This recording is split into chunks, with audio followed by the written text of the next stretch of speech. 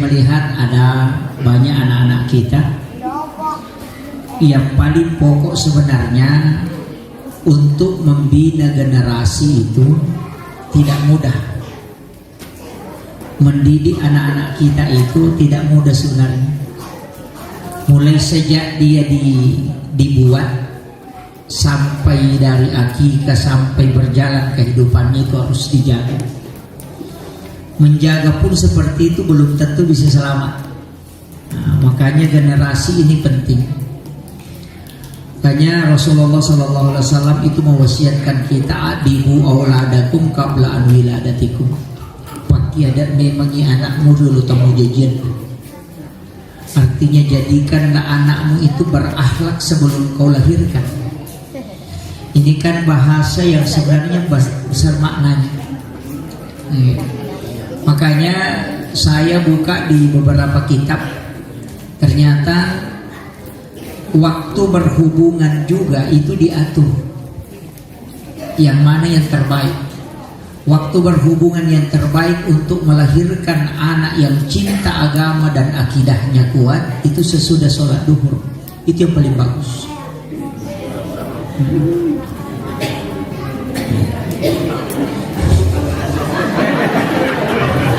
Ibu-ibu sudah ketawa ya? Saya belum lanjutin.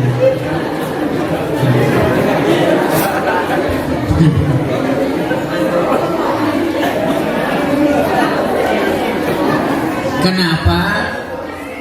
Itu hadis Nabi, ketika engkau ingin masuk ke dalam kamar ibu bapakmu di siang hari, maka ketuk pintunya. Kenapa dia menyebut siang hari? Kenapa bukan malam? Kenapa bukan sore atau pagi? Padahal setiap mau masuk ke dalam kamar orang tua itu hendaknya diketuk. Tapi kenapa dia pakai kalimat di siang hari? Itu isyarat untuk kita bahwa di situ ada waktu yang paling bagus untuk melakukan sesuatu yang anak tidak lihat. Itu kuncinya. Kemudian yang kedua, sebelum dan sesudah sholat subuh, itu juga waktu yang bagus. Tapi dalam kitab Hiyalimuddin karangan karya Imamul Ghazali itu ada satu waktu yang paling bagus kalau mau melahirkan ulama. Di mana itu? Berhubungan setelah berbuka puasa.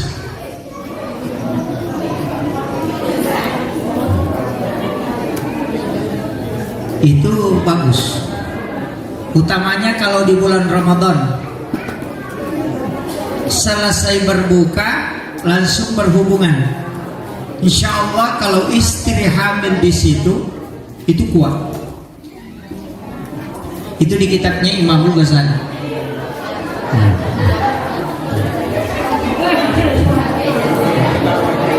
Kenapa Bu? Sudah lewat waktunya.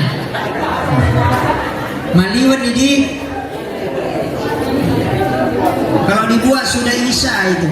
Makanya sebenarnya termasuk wudhu.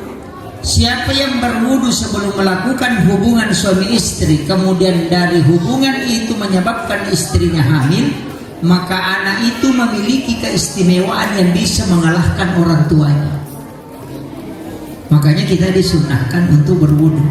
Tapi ingat, jangan sekali-kali berhubungan manakala salah satu pasangan bermimpi berhubungan badan, kemudian bangun dan berhubungan secara nyata dengan pasangan tanpa diantara dengan wudhu. Karena kapan istrinya hamil dari hubungan itu, maka dipastikan anaknya akan lahir dalam keadaan epilepsi atau kena penyakit ayam. Dari situ sumbernya. Salah satu pasangan itu bermimpi. Ini hasil penelitian Bapak Profesor Dr. Dadang Khawaris dalam buku Psikoterapi Al-Quran. Itu dia meneliti tahun 2007. Makanya dilarang dalam agama. Dan jangan berhubungan ketika pasangan sangat ngantuk, karena nanti anaknya lambat bicara. Pasti.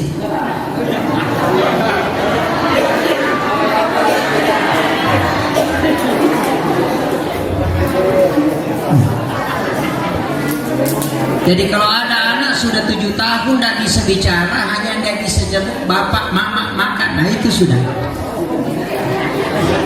Itu. Ini penting saya wasiatkan. Kalau berhubungan pada saat nareko berhubungan ni nareko maliwasaladaki, pala satu anak. Ya tosi ko masoladaki makutu anak. Malas. Itu sangat Pak. Makanya ini adilu oladakum qabla an wiladatikum. Kayaknya melahirkan generasi yang baik itu memang harus memilih waktu dan keadaan yang bagus. Itu penting saya usiakan. Kemudian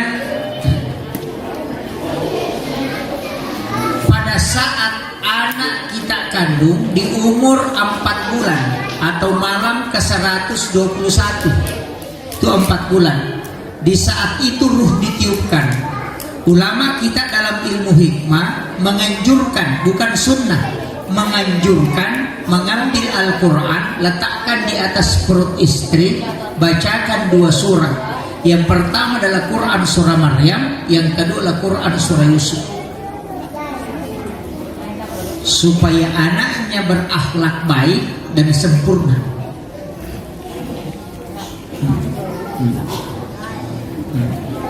Ini kemudian kalau anak dikandung, usahakan, ini saya dapat dalam kitab Tabaqatus Shadidatul Kubra, itu ada. Jadi kalau anak sudah dikandung 4 bulan, ibunya itu harus melakukan wudhu sebelum tidur. Kemudian dia menyentuh perutnya, kemudian bertawassul kepada 5 orang. 1 pertama ke Rasulullah, yang kedua Syekh Abdul Qadir Jilani, Syekh Ahmad Ar-Rifai, Syekh Ibrahim Madasuki, dan Syekh Ahmad Al-Badawi. Ini di kitab Tabaqatus Shadidatul Kubra. Jadi yang komelo imatinro majinni napana dia baca Fatihah 5 kali. Jadi pertama itu la hadratin Nabi Mustafa sallallahu alaihi wasallam Muhammadin Al-Fatihah. Kita pakai Al-Mustafa karena namanya Rasulullah setelah dia wafat itu bukan almarhum tapi Al-Mustafa. Yang kasih gelar Al-Mustafa itu malaikat Jibril, bukan orang. Jibril yang memberitahu kepada sahabat Nabi supaya menyebut nama Al-Mustafa bukan almarhum. Iya. Makanya kalau orang baca doa wariyalah, baca doa untuk orang meninggal, dia kirimkan Fatihah Rasulullah, yang dia pakai itu ila hadratin Nabil Mustafa. Jadi satu-satunya orang itu yang tidak disebut almarhum hanya Rasulullah. Kalau yang lain itu disebut. Makanya Nabi itu yang diperingati kelahirannya bukan kematiannya. Kelahirannya Nabi itu dengan maulid. Kalau ulama itu yang diperingati kematiannya, makanya disebut haulnya. Itu kan beda. Ini makanya di situ letak perbedaannya. Tapi saya tidak mau bahas terlalu jauh bahwa Rasulullah itu tidak wafat. Karena kalau kita mengatakan Rasulullah wafat, kalimat yang kita pakai dalam tahiyat itu keliru. Assalamu alaika ayyuhan nabiyyu. Di situ pakai kalimat alaika. Dalam kaidah nahwu sharaf, alaika itu adalah mukhatab, tidak diucapkan kecuali hadir yang disalami. Jadi kalau kau mengatakan Nabi wafat, berarti kau tidak menghadirkan Nabi pas saat kau salam kepadanya. Itu kalau kita mau kaji secara lughah, tapi tidak usah terlalu jauh ke sana. Nanti sakit kepala kalau begini. Nah, kemudian sebenarnya ulama kita dari dulu itu sudah mengajarkan. Makanya saya bilang jangan coba-coba. Anak kita itu kan pengaruhnya besar. Jadi kenapa kita baca Fatihah kepada Rasulullah, kemudian kasih Abdul Qadir Al-Jilani, Syekh Ahmad Ar-Rifai, Syekh Ibrahim Madasuki, Syekh Ahmad Al-Badawi. Ini kan 4 orang adalah wali kutub. Wali kutub itu tidak pernah mati di sisi Allah. Sesungguhnya para wali-wali Allah itu tidak mati di sisi Allah. Bal ahya, dia itu hidup. Ini ayat Pak. Jadi kalau ada orang mengatakan wali itu wafat, itu enggak. Al-Quran mengatakan, Allah yang bilang sesungguhnya mereka itu tidak mati di sisiku. Bahkan dia bisa memberi rezeki. Makanya Guru Kiai Haji Muhammad Said Abdul Ghani itu kesaksian Imam Masjidil Aqsa bahwa pernah datang memberikan bantuan itu 1 miliar pada saat di blokade. Guru Kiai Haji Muhammad Tahir, di sini ada orang dari Sulbar, ini sahabat saya ini Malik, ini luar biasa bisa ketemu di sini. Guru Kiai Haji Muhammad Tahir, Iman Lapeo itu orang Mandar, itu di Sulbar, di Polewali, itu 20 tahun lagi meninggalnya, baru dia beli semen untuk masjidnya. Dia yang beli semen, tulisan notanya dia yang tanda tangan, baru dia yang bayar. Orang antara satu mobil itu datang untuk bawa semen. Orang tidak mau kasih turun karena dia bilang, dia gak tahu boleh beli semen makot ya kan? Tidak ada orang bisa beli semen begitu banyaknya. Dia bilang, ada sudah bayar. Sekalinya diperlihatkan, dia bilang ini tanda tangannya. Orang tidak kasih turun, tapi setelah sopir ini melihat fotonya Guru, dia mengatakan itu yang bayar. Orang bilang itu sudah 20 tahun lagi meninggalnya, terbelah tidak, dia yang datang bayar. Kan begitu, tidak mati di sisi Allah. Makanya ulama itu kan bersilaturahmi. Makanya Guru Profesor Dr. Nasaruddin Umar mengatakan kalau ada ulama dan dia mengambil ilmu pada orang hidup saja, sungguh miskin ilmunya. Makanya kitab Hiyalimin itu di situ ada ditulis mursyidi, guruku. Tapi tidak ada namanya.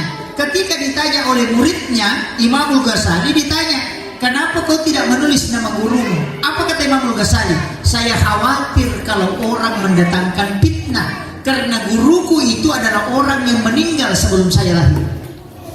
Artinya bisa mengambil ilmunya ulama padahal dia orang mati.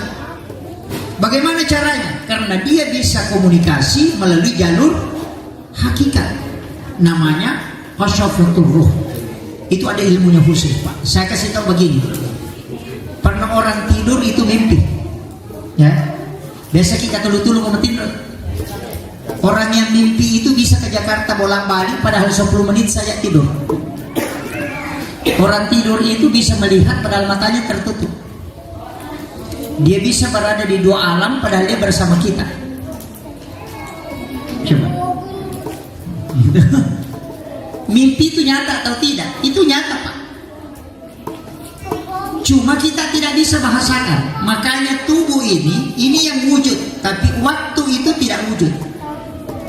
Kenapa kita bisa tahu sekarang, nanti dan tadi hanya karena melihat jam. Seandainya kita tidak pakai jam, bagaimana bisa kita tidak tahu waktu? Makanya orang itu bisa keluar dari zona waktu, tembus ke alam hakikat ketika dia tidak terikat oleh waktu.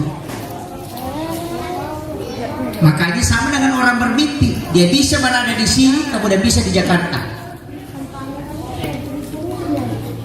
Pertanyaan sederhana, mata aga na pakai makita atau ketulu-tulu makita? Bukan pandangan mata batin, tapi itu adalah ruh idafi. Ini nih kuncinya. Tapi nggak usah terlalu kesana, nanti dong kemana lagi ini. Sebenarnya kan bisa sekarang, Pak. Sekarang bisa. Saya bisa berada di Makkah dalam waktu sekarang. Bagaimana caranya? Ya video call. Iya. Video call. Tapi saya ingin tanya, video call itu lewat mana? HP. Bagaimana bisa gambar, suara dan orang bisa datang padahal hanya layar? Tidak ada kabel. Lewat mana dia? Itulah yang dipakai ulama. Cuma dia tidak pakai lensa HP, tapi dia pakai lensa nur qalbiyah. Ini yang, tapi saya tidak buka ke sana. Nanti kalau dapat itu bahaya. Dari situ orang pakai istilah, ada nikah batin, ada menyambung ke deletuk, memang menapa jokat, aja muloko demo rewa, ujuri bolana, itu semua di situ. Tapi itu ilmu hakikat, saya tidak mau bahas itu. Jadi itu kuncinya, Pak. Jadi ilmu sebenarnya itu kalau kita bongkar, itu bisa ditahu. Coba kan, video call kilo Mekah, Mas hanya sekian detik, 5 detik, langsung diangkat ke Mekah. 10 detik, angkat ke Jakarta. Bisa begitu. Padahal hanya layar. Kalau dimatikan, kenapa bisa terkoneksi? Coba deh. Itu secara ilmiah. Makanya peristiwa Isra Mi'raj itu mudah sekali Pak diilmiahkan, hanya dengan video call. Iya, ini makanya orang tua dulu, ilmu orang tua dulu itu cuma pakai air. Dia pakai air, doakan, tiup, baru kasih orang, dia minum. Dia bisa hafal hadis ratusan hanya dengan minum air yang sudah ditiupkan. Kok bisa Pak Ustaz? Ya bisa, flash di saya kalau dicolokkan ke laptop bisa tindak Al-Quran. Iya, kan begitu. Cuma itu yang kita tidak pakai. Padahal ulama dulu sudah pakai. Nah pakai guru tak. Makanya ulama itu cium jabat tangan. Kalau ulama bukan seperti saya. Saya itu bukan ulama, masih ustaz. Iya. Hanya Nabi mengatakan ya di akhir zaman min ummati katsirun khutaba qalilun ulama. Nanti di akhir zaman akan banyak penceramah tapi sedikit ulama. Sekarang muncul banyak. Ustaz itu banyak tapi ulama sedikit. Sehingga muncul salah, tidak boleh, haram. Datang lagi satu, tidak boleh. Datang lagi satu, boleh. Masyarakat bingung. Kan begitu. Kalau saya kami itu Pak mudah, harus dibagi. Ada kajian Islam, hukum-hukum agama. Ada kajian iman, berarti tauhid. Ada kajian ihsan, berarti tasawuf. Yang bahas tasawuf larinya ke sini. Yang bahas tauhid larinya di sini. Yang bahas hukum larinya ke sini. Itu selesai. Kalau hukum pasti berbeda pendapat, tidak mungkin satu pendapat. Pasti berbeda. Makanya takbirnya Imam Malik dengan Imam Tasyafi itu beda. Imam Tasyafi sampai di sini, kalau Imam Malik ke sini, kalau Abu Hanifah di sini. Iya. Imam Tasyafi baca basmalah, baca Fatihah harus wajib baca basmalah. Karena suratul Fatihah itu 7 ayat. Kalau engkau tidak baca basmalah berarti hanya 6 ayat. Nah kalau kau tidak sempurna Fatihahmu berarti tidak sah sholatmu. Makanya Imam Tasyafi mengatakan orang yang sholat tidak baca basmalah, kalau dia baca Fatihah sholatnya tidak sah. La sholata liman la yaqra bi Fatihatil kitab, itu kan hadis. Tidak ada sholat bagi orang yang tidak membaca suratul Fatihah. Nah suratul Fatihah itu adalah sab'ul masani, 7 ayat yang diulang. Kalau 7 ayat berarti suratul Fatihah 7 ayat, berarti basmalah masuk. Tapi kalau tidak masuk berarti 6 ayat. Kalau 6 berarti tidak sempurna. Makanya kalau imam sholat dia tidak baca basmalah, batal sholatnya menurut Imam Tasyafi. Imam Malik bilang kalau baca basmalah makruh sholatnya. Coba. Kenapa? Karena basmalah itu bukan awal suratul Fatihah, itu hanya antara pembuka. Kalau begitu kurang 7 ayat, berarti 6 ayat. Dia bilang tidak. Iya karena duduk 1 ayat, iya karena stain juga 1 ayat. Makanya cukup 7. Kalau kau masukkan basmalah cukup 8 itu. Coba. Jadi ulama-ulama fikih begitu Pak, berbeda. Tidak usah berdebat kalau saya. Ada yang kunut, ada yang tidak kunut, ada yang doa bersama dan tidak doa bersama. Kunut Imam Tasyafi. Kalau tidak kunut sujud sahwi. Imam Malik, Abu Hanifah tidak usah kunut. Selesai. Yang mana yang salah Ustaz? Yang tidak sholat subuh. Itu aja. Jadi kalau saya kalau masalah fikih tidak usah, pasti orang berbeda. Masalah hukum-hukum saja itu saya sering baca kitab-kitab fikih. Kadang itu ketawa-ketawa sendiri. Oh ini alasannya. Makanya kita harus cari kenapa. Jangan langsung mengatakan tidak boleh. Cari alasannya kenapa. Iya, nah begitu. Ini kalau kita mau runtut fikih itu berat. Nih, sama gini. Siapa yang menyentuh kemaluan tanpa pelapis setelah berwudu maka wudunya batal. Itu yang dipakai Syafi'i itu. Jadi kalau sudah berwudu menyentuh kemaluan tanpa pelapis batal wudu. Imam Tasyafi. Imam Malik mengatakan tidak. Abu Hanifah juga mengatakan tidak. Ya, kenapa? Itu ada 2 hadis. Nabi pernah duduk di samping masjid, datanglah Arab Badui. Arab Badui itu Arab dari gunung, yang los-los kalau bicara. Orang hitam itu kecil, Arab kecil itu datang dari Rasulullah. Ya Rasulullah, kalau saya sudah berwudu kemudian menyentuh kemaluan tanpa pelapis kemudian mau sholat, apakah saya harus berwudu kembali? Saya mengatakan tidak usah. Karena yang kau sentuh itu adalah anggota tubuhmu. Iya, sama dengan telinga toh. Karena kelamin juga akan melekat juga. Sama dengan yang lain. Makanya tidak usah berwudu. Berselang 29 hari dalam kitab Mustalah al-Hadis itu ada anak muda 3 orang ke Nabi bertanya, ya Rasulullah, kalau saya sudah berwudu kemudian menyentuh kemaluan tanpa pelapis, kemudian saya mau sholat, apakah saya harus berwudu? Nabi mengatakan, berwudulah kalian semua. Mana yang dipakai? Tadi mengatakan tidak apa-apa. Yang kedua, pertanyaannya sama bilang, berwudulah kalian semua. Disinilah muncul perbedaan pendapat karena ada 2 hadis. Dilihatlah kajiannya, ada pakai metode al-jam'u, mengambil semua, membenarkan semua, tapi mengkompromikan. Ada juga pakai nasi mansuk, dihapus yang dulu. Kalau undang-undang namanya amandemen, dihapus undang-undang lama, undang-undang baru yang dipakai, itu namanya nasi mansuk. Ada juga pakai metode tarjih, mana yang paling kuat. Yang metode tarjih Syafi'i pakai. Nah, bilang itu yang bertanya orang tua dari gunung lagi, sendiri lagi, tidak usah percaya itu. Nah, 2 alasan aku tomat-tomat taruh apa tak kelupang. Iya. Ini 3 anak muda yang bertanya, tidak mungkin dia lupa. Ada 3 orang, berarti pakai hadis yang paling kuat. Dengan alasan 3 orang ada saksinya. Yang pertama tadi cuma orang tua. Nah, itulah namanya metode tarjih, meneliti mana hadis yang paling kuat. Datang ulama yang lain, dia bilang tidak, lihat dulu siapa yang bertanya. Yang pertama orang tua, yang kedua anak muda. Oh, kalau anak muda yang menyentuh kemaluan batal karena ada syahwat. Kalau orang tua tidak batal karena mungkin gatal jika dia pegang. Mereka tidak begitu. Jadi sama-sama hadisnya tapi pendapatnya beda. Makanya dia ambil kesimpulan batal wudu menyentuh kemaluan ketika ada syahwat. Kalau tidak ada syahwat tidak batal. Itulah nanti semua bersentuhan kulit laki-laki perempuan ada syahwat batal. Kalau sentuhan biasa tidak apa-apa. Ada di sini semua. Coba ini fikih Pak. Ini satu hadis beda pendapat. Kadang ada bilang, kok hadisnya sama pendapatnya beda? Karena kesimpulannya beda. Ini coba.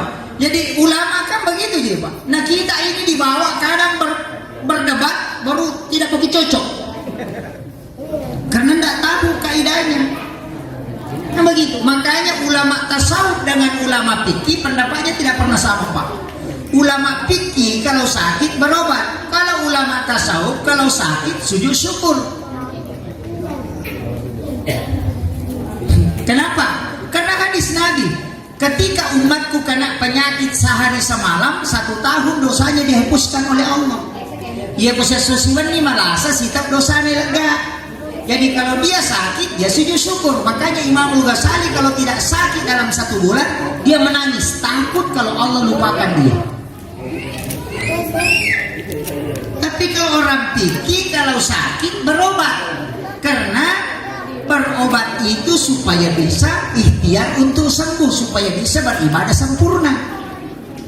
Kan begitu? Mana mau diikuti? Kalau berobat nanti bilang kupur nikmat. Kan begitu? Disitulah perbedaan pendapat. Makanya standar ulama tasawuf dengan ulama fikih itu tidak pernah sama. Ulama tasawuf kalau berbohong itu sudah batal wudu. Ulama fikih berbohong tidak masalah. Kenapa dia mengatakan batal? Karena orang yang berbohong itu mengotori wudunya. Karena wudu itu untuk taharah, bukan an-nadhafah. An-nadhafah itu kotoran nampak. Kalau at-tuhuru itu hakikat. Makanya kenapa kumur-kumur menjaga lidah supaya tidak ngomel. Kenapa cuci muka, mata yang dijaga. Makanya kalau melihat perempuan batal wudu menurut pandangan tasawuf. Artinya melihat secara syahwat. Kan begitu? Coba. Jadi di situ perbedaannya Pak. Jadi jangan kadang-kadang kita akan begini, oh enggak usah. Lihat dulu standarnya di mana dia berpendapat. Makanya kau kata makada orang tu nomor lain rona dengan nolongan. Nah itu bahasa tasawuf itu. Kan ada orang begitu. Podomu mas sampaja kode misa-misa na sampajang. Nah begitu. Makar dari bangun tu mo balalin ro mo diga melulung. Takut dani maka datanya tapi panulung aku kena belam. Itu. Coba. Di situ kuncinya Pak. Makanya kalau saya yang penting sholat, ini kan muhasabah. Yang penting sholat, usahakan sholat. Jangan tidak ada alasan tidak sholat. Karena satu-satunya ibadah yang memang dipertanggungjawabkan langsung dan tidak boleh diwakili hanya sholat. Karena diterima pun tidak diwakili, Nabi langsung menjemput. Nah, ini kuncinya. Makanya ibu-ibu yang malas sholat begitu, bilang begini, sholat kok tidak apa-apa, yang penting sholat. Sama nih, kalau Pak Desa tidak ada laporannya langsung ditangkap, kalau ada laporannya ada diperiksa. Kalau kita tidak sholat nama hati langsung ditunjuk malaikat, langsung ke sana. Ya sudah, begitu. Jadi dan sholat itu Pak, jangan orang mengatakan saya sholat supaya saya kaya. Tidak, sholat itu bukan bikin kaya orang. Wasjudu warka'u ma'ar raki'in, sujud dan rukuk bersama orang-orang yang rukuk. Artinya kita disuruh sebagai penghambaan, orang yang sholat. Makanya mereka juga bilang begini, saya belum sholat Pak Ustaz karena main judi. Tidak, kalau main judi tetap sholat. Kenapa Pak? Kalau kau main judi baru tidak sholat, dua pelanggaranmu. Tidak sholat ini juga tidak tunduk, kau juga sudah melanggar. Tapi kalau kau sholat dan main judi, tinggal satu pelanggaranmu. Kan begitu. Masa kau mau dua pelanggaran? Ini pasti maka ada pengalatan tahu borotong ini. Dito na sampaja maklas ito ni. Di upo ko masampaja mo ki maka daw nang ngakui muka. Hamba saya masih diakui sebagai Tuhan. Kan Allah bilang begitu. Dia masih mengaku bahwa dia adalah hamba, masih sujud di hadapan saya. Kan begitu. Itu kuncinya. Makanya saya bilang pokoknya pemain judi apa? Sholat. Karena kalau bagus sholat, ya pasti berhenti nanti kita lakukan itu. Karena inna sholata tanha 'anil fahsya'i wal munkar. Jadi dahulukan sholat supaya hilang ini mungkar. Jangan tunggu hilangnya mungkar baru mau sholat. Kalau mati nah begitu. Makanya saya bilang tidak usah bilang nanti tunggu sadar dulu baru sholat. Enggak, sholat maki. Kan ada sahabat Nabi itu, saya mau masuk Islam tapi tidak bisa berhenti minum. Nabi mengatakan tidak apa-apa, masuklah dulu, tapi tetap haram minum minuman keras hatta yaumil kiamat. Cuma Nabi mengatakan tidak apa-apa, masuk maka dulu Islam. Nanti kalau masuk Islam belajar hilang dengan sendirinya itu. Jadi jangan tunggu nanti sadar baru mau sholat. Wah, kalau dulu lebih dulu malakul maut jemput, mau ke apa? Itu kan begitu Pak. Dan tidak ada orang tidak ada dosanya. Makanya ada namanya dosa langganan. Iya, ada dosa langganan. Tahu namanya dosa langganan? Dia sudah sepulah. Lama-lama ngomong lagi. Ini Cina begitu. Sepulah. Besok ngomong lagi itu namanya dosa langganan. Iya. Makanya di dalam Al-Quran mengatakan Innallaha yuhibbut tawwabina. Bukan mengatakan Innallaha yuhibbut taibina. At-tawwabin itu adalah berbolak-balik bertaubat. Bukan at-taibin, datang sekali bertaubat. Allah sudah tahu bahwa hambaku punya kesalahan banyak. Tapi sebaik-baik orang yang salah yang datang. Orang sholat itu datang sujud. Itu jadi kuncinya. Kalau saya datang untuk sholat, pokoknya maka dah paboto ka ustaz de asampayan na jolo. Persoalannya timun di peti boto. Apa dia tuh atau masampayan na boto dia kagak. Orang puasa Pak bisa main judi. Iya. Orang puasa itu bisa main judi. Kalau dia puasa kemudian nonton bola dia main judi, itu kan bisa. Tapi tidak ada orang sholat main judi Pak. Tidak ada. Jadi itu puasa ketua nonton dia batal. Menreki mak ketua HP dia batal. Mak bicara ki ketua puasa dia batal. Tapi mau sampaja menonton televisi batal sampaja. Iya. Pasti itu. Jadi tidak ada ibadah di dalam Islam ini yang totalitas. Tidak boleh mengambil dua perbuatan hanya sholat. Tidak ada. Orang puasa kan nonton TV bisa, bicara bisa, tapi kalau sholat tidak mungkin. Iya. Itu kuncinya. Makanya saya bilang, apapun pekerjaan tak sholat, kita bilang, wah ini apa kalau pangepa, me apa kalau salo, me apa kalau putasie, sepanjang. Yang penting engkau betul sepanjang. Maka ada maliwang apa Ustaz? Ya kau maliwang iwatuna aja tak keadaan, akadaki kabaan. Kalau adaan waktunya, kalau kabaan bukan waktunya. Beki masa pajama syarat nama ngeribi akan dibaca. Usolli farda salatil asri arba'atin mustaqbilal kiblati qadaan lillahi ta'ala. Kalau adaan pada waktunya, kalau qadaan bukan waktunya. Itu syarat. Maka dia bisa nggak syarat. Bicara lagi bawah nih, wakatnya masa pajama syarat patan rekam kemudian mengeribi jam Allahu Akbar. Selesai. Mudahnya begitu Pak. Jangan pernah tinggalkan sholat ini. Makanya itu sholat harus kerjakan. Itu juga kuncinya kalau saya. Aja nanti tajam di maka dasogi maka yang penting masam pajan. Iya, karena berkah sholat akan datang dengan sendirinya. Maka dia husu ustaz ayat dasarnya husu ada waktunya. Ya nak candri lah kita husu di masa pajan. Iya, kalau selingkuh suami itu pasti sholat istrinya itu bagus. Allahu Akbar. Maka macam ini lah kayak iya. Kadang-kadang Allah itu menguji kita supaya kita bisa khusyuk. Kan begitu. Kalau ada utang tidak bisa dibayar, nah datangnya orang bolak-balik minta uang, pasti zikirnya bagus. Subhanallah, subhanallah. Iya, karena dia mau bayar utang. Kan begitu. Jadi kadang-kadang masalah itu Pak Allah berikan ke kita supaya kita dekat. Karena itu doa Nabi. Jangan kau jauhkan umatku di sisimu ya Allah. Kalau kau panggil dia dalam keadaan senang dan dia tidak datang, maka panggil dia dalam keadaan susah. Itu doanya Nabi. Aja tapabela ini pun umatku peluk ini ya kau tolli dan kau menyamangin adena lo tolli masusah. Makanya saya kasih tahu ibu-ibu, kalau suaminya sayang harus rajin sholat. Karena kalau sayang tidak rajin sholat, pasti Allah turunkan masalah supaya kita mau sholat. Kan begitu. Kadang doanya itu baru khusyuk Pak kalau ada betul mencari, ya Allah, Allah. Wah, tapi kalau ada uang di kantornya sebenarnya.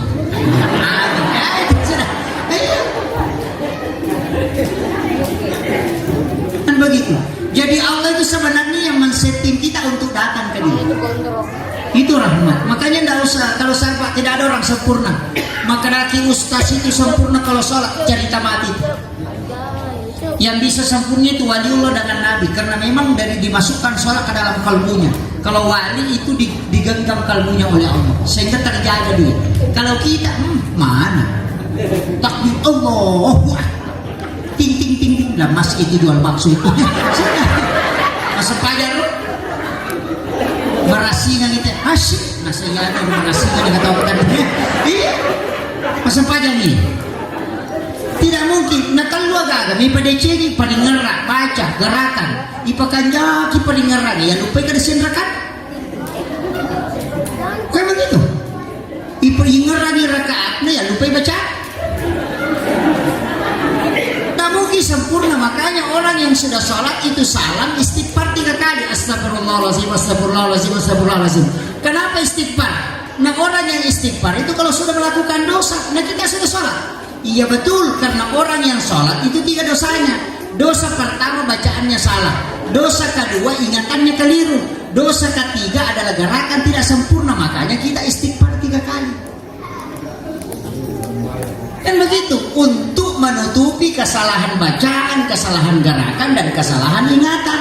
Masa kita menghadap kepada Allah baru yang diingat? Karena apalagi orang itu biasa, napa topo memang nyurin dan napa lo masang pajak.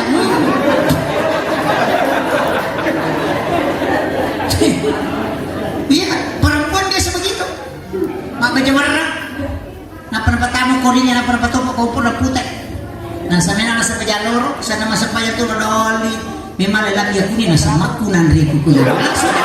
Pindah lagi. Jadi memang Pak tidak pernah sempurna. Makanya ada sholat sunnah itu sampai ya sunnah Pak tempel penambal.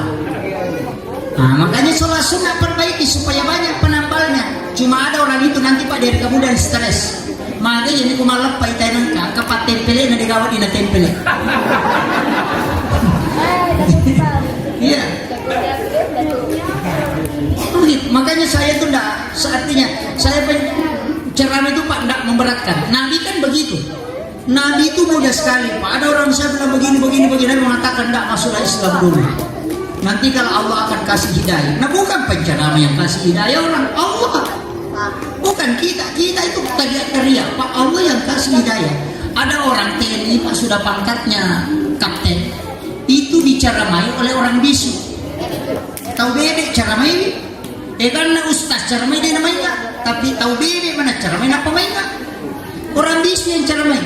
Jadi itu orang bisu kalau lewat di depan poskonya itu TNI selalu main domino. Ya waktu sholat main domino di situ itu orang bisu lewat. Pero tuh bebek lalu, tapi setiap lewat dia tuh bawa korek, dia kasih penyala, baru dia kasih begini tangannya, baru dia kasih begini, baru menunjuk begini, baru begini. Dia tentara ada gitu, nasir. Dia tanya ke temannya, kenapa masuk? Nah ya tuh bebek atau dina tunu di mana nampak kata bebek apa? Napa majal lomon ni? Napa aku masuk pajak? Nasaw na pudangi maka dari tunu atau itu kesulimon di rumah sempajang. Betul itu. Ikan namula satu cara mereka, dia mana lupa pemainnya kak kada tahu bebek lagi dia sama bicara cara mereka apalagi tahu di situ. Jadi hidayah itu gampang saja Pak. Gampang saja, jadi tidak usah doakan saja orang. Mengapa tuh ke Pak Beria merasa kada tulis cilaka dia nak kenal masih tidak, bukan tujuan kita begitu. Tujuan kita mendoakan dia kota candingan yatina kasih nang kasih bawa lama bereja. Itu yang penting. Aja tuh sih nasuk udah mau sampah aja nasuk dia cuma sampah aja kupo. Ini kan jadi masalah. Tidak ada orang sempurna, itu kuncinya. Makanya datanglah kepada Allah dengan penuh ketawaduan. Jangan datang dengan penuh kesombongan. Allah tidak suka orang yang membanggakan ibadahnya itu. Tidak suka. Allah lebih senang orang datang mengadu kepada Allah dengan penuh dosa yang banyak. Jadi napoji itu pengalaman Allah rindukan orang yang banyak dosanya kemudian datang sujud menangis di hadapan Allah. Itu Allah rindukan. Jadi itu megai kesalahan tak loki ada pikir ko pengalaman. Nak mau ke meki loki kan? Ya ko Pak Bupati kececah. Kalau di Barau kita tidak suka Pak Bupati, lari saja ke Samarinda, tidak ketemu itu. Tapi kalau Allah mau ke mana? Nih kalau ke Saloy kata, mau ke mana? Mau ke masuk di kamar, dapat kok. Pindah ke sana, ada juga di situ. Wah gua makum, aina makum tuh. Jadi itu makanya, pokoknya itu saja. Serahkan sepenuhnya diri kita. Itu jadi kuncinya dan tidak ada orang tidak ada kesalahannya pasti ada.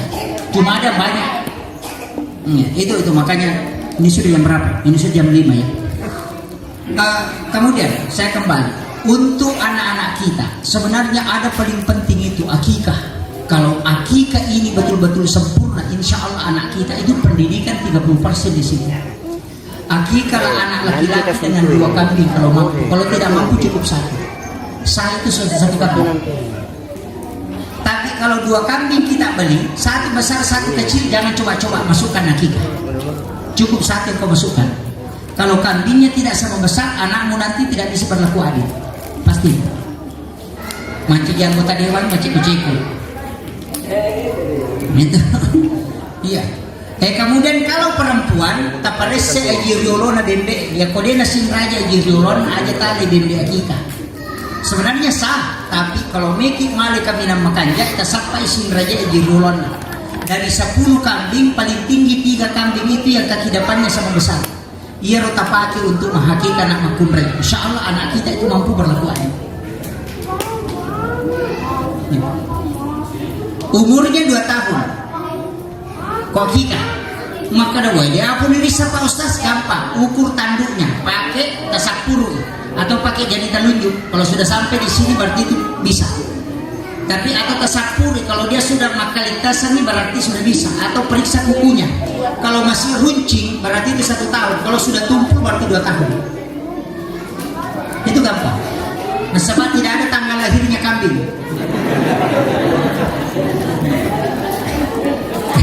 Kan begitu tak? Itu aja Pak. Kalau 1 saja mampu 1. Kemudian kalau menyembelih kambing, akikah itu 7 hari kelahiran. 14 hari kelahiran, 21 hari kelahiran. Sunahnya 3 hari itu. Jadi 7 hari kelahiran akikah. Kalau tidak sempat tambah 7 hari berarti 14. Kalau masih tidak sempat tambah lagi 7 hari berarti malam ke-21-nya. Itu sunahnya akikah. Jangan bilang 9, tidak. 7, 14, 21. Makanya bilangan 7 itu orang Bugis itu Pak kalau ada uangnya angkanya 77, dia bilang wah Indo di ini. Dia nasalai kak dikong kamunya manasa nih.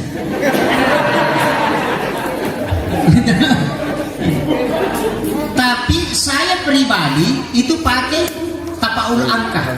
Kenapa? Allah sendiri pilih angka 7 Pak. Kenapa? Langit itu 7 lapis, tanah 7 susun, tawaf itu 7 putaran, sa'i juga itu 7 putaran. Sholat itu 17 rakaat, di dalamnya ada angka 7. Anggota sujud ini kan ada 7, 1 kepala, 2 tangan, 2 lutut, 2 kaki. Dalam 1 pekan itu 7 hari. So, ada rahasianya nanti. Makanya orang 7 bulan di kandungan itu disyukuri. 7 hari kelahiran, kenapa 7? Kenapa bukan 10? Atau 8 atau 9? 7 hari kelahiran akikah. Kalau tidak sempat tambah 7 hari. Kenapa ditambah 7? Kenapa bukan 3?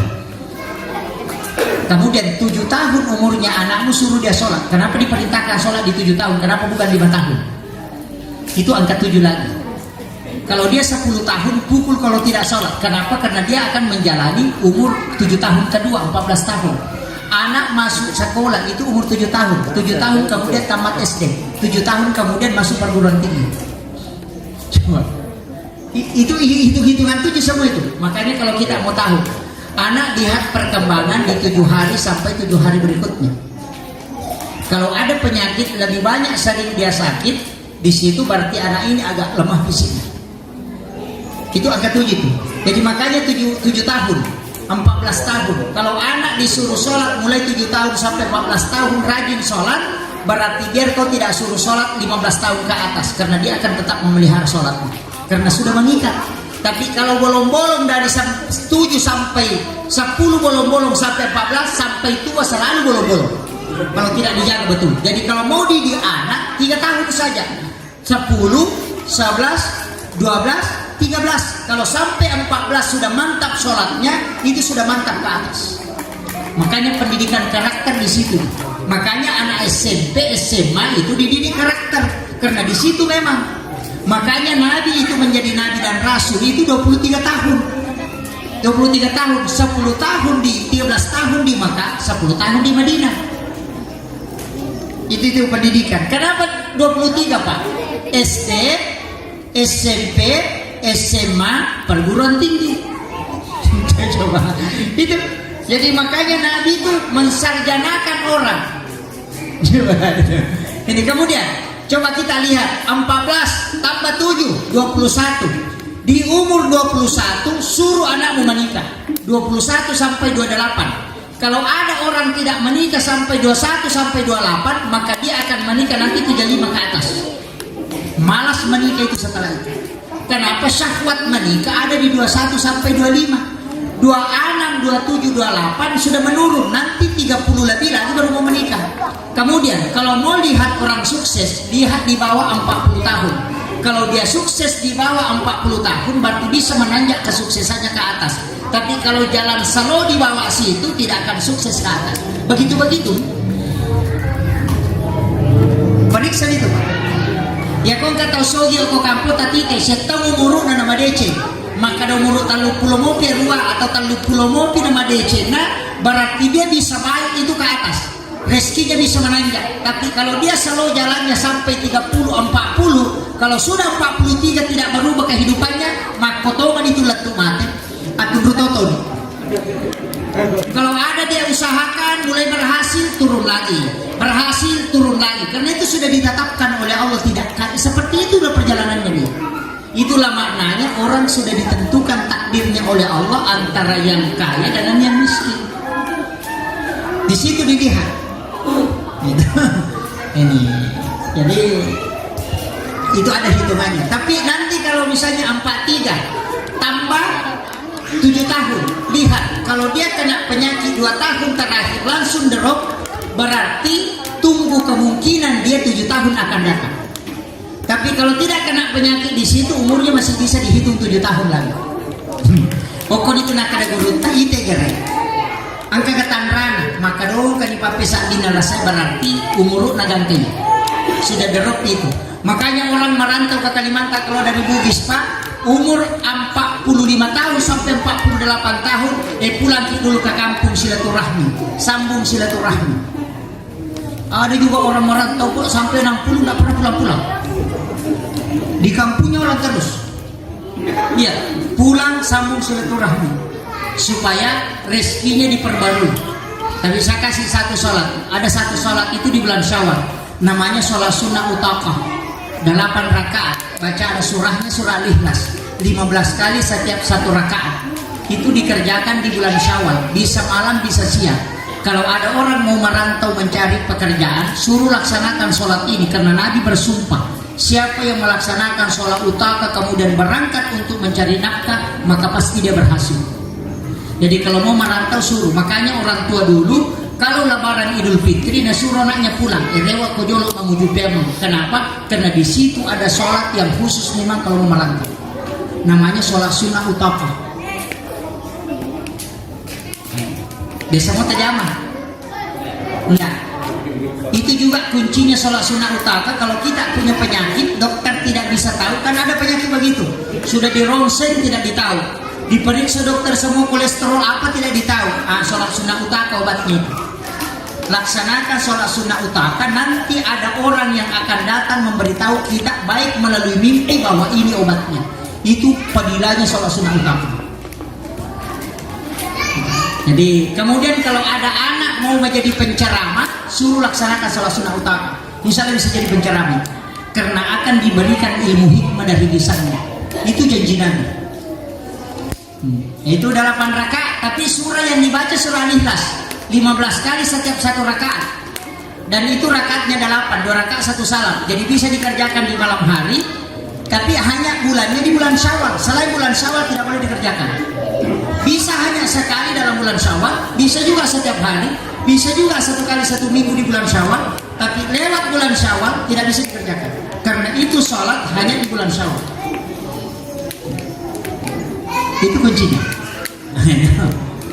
Kemudian yang terakhir, ini sudah jam 5 lewat Pak. Karena lagi ada tanya jawab. Saya kasih tahu begini. Hidup itu sederhana. Yang bikin susah itu kita. Soalnya hidup itu Pak sederhana sekali. Konsep hidup kita itu cuma 2, berusaha dan berdoa. Itu urusan manusia. Selain itu serahkan kepada Allah. Yang banyak orang jadi stres karena urusan ketiga dia mau urus. Berusaha, berdoa, mau tahu kesimpulan. Nah itu yang stres. Sama orang ujian Pak, kalau dia sudah belajar, dia sudah ujian, selesai nanti gurumu yang kasih nilai. Tidak usah kau pikir. Begitu. Artinya manusia itu kalau kau sudah berdoa dan sudah berusaha, biarkan Tuhanmu yang kasih kesimpulan. Kadangkala kita mengharap bahwa cedek di kapal tapi datang banyak. Kadangkala kita berharap sedikit tapi datang banyak. Kadangkala juga berharap banyak tapi datang sedikit. Itulah kita harus terima. Makanya kalau tugasnya manusia cuma 2, berusaha, berdoa, selebihnya serahkan ke Allah. Cuma kita kadang stres karena mau tahu semua. Jual ini dapat segini, bisa begini. Sama dengannya salah, stres dia. Sudah. Cicilan, kredit semua. Kredit motor, kredit amplak, kredit sendok, kredit semua. Tidak bisa tidur matanya. Besok mau bayar ini, lusa mau bayar ini. Stres dia. Tapi tidak ada di sini toh?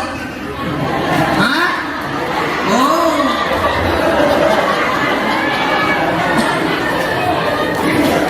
Iya, bahaya kecicilannya Bu. Maka dia guru telat diramuin lalunya sujana nanya lalunya tanggal.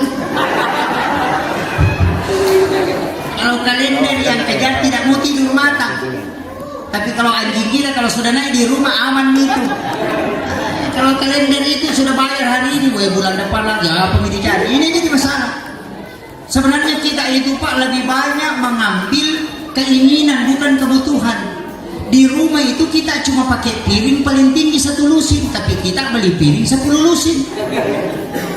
Mega makundre makuro tuh melipatnya 10 lusin. Ya sana mana melo ki hajian. Nah pertama kalau marina apa pakai plastik andre? Iya. Repai pakai plastik hadiah rinso atau hadiah kaca. Tenang aja dong. Sebenarnya kebutuhan kita itu sedikit saja, tidak banyak Pak. Cuma karena mata itu yang selalu mau beli. Sama dengan pakaian, tidak ada orang pakai baju 5 lapis 1 malam, tidak ada. Nah kenapa baju penuh lemari? Karena kita selalu ingin pakai. Itu kan jadi masalah. Jadi kuncinya kehidupan itu dari kita jangan bikin susah Pak. Dari kita jangan, terutama perempuan sekarang, ambil ini, ini jadi stres. Iya. Suaminya selalu dimarahi. Jangan tinggal di sini. Mulut udah kami wajah. Nah ini jadi masalah. Streslah dia. Tapi tidak ada di sini tau. Tapi saya kasih tahu ada satu doa. Amalkan ini. Kalau ibu amalkan, itu Nabi janji bahwa rezekimu seperti air hujan yang akan turun tidak pernah terputus. Apa itu?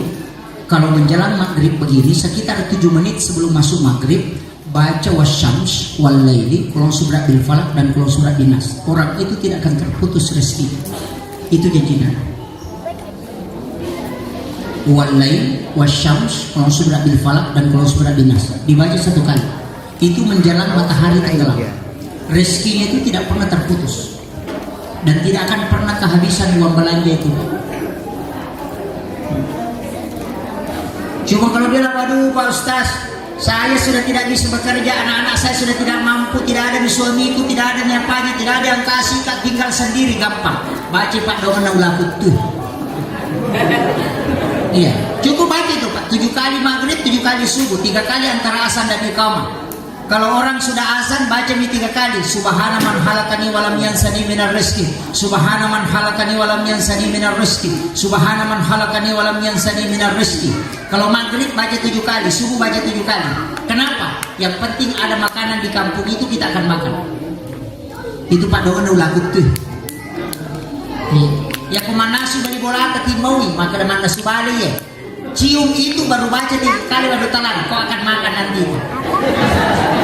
Makanya makanya Pak doa lagu tuh. Bapak diwet tak bali bola tak kena bawang. Saya kira itu yang sempat saya sampaikan, mudah-mudahan ada hikmahnya. Ada yang mau bertanya? Kayaknya tidak ada ya. Nah, ini waktu sudah dekat, hampir 5:30. Iya. Iya. Ada? Nggak ada. Nggak ada Pak Ustaz. Iya. Nggak ada ya? Nggak ada. Ibu-ibu. Iya, nggak ada dia. Iya. Alhamdulillah. 2 gitu Pak kalau tidak ada bertanya. Ya kode di semanan, di sisa kagak nisam. Allahumma salli ala sayyidina Muhammadin wa ala ali sayyidina Muhammad. Allahumma anta rabbi la ilaha illa anta rabbul arsyil azim rabbu khaliqa kulli syai' rabbullahu samadu lam yalid wa lam yulad wa lam yakul lahu kufuwan ahad.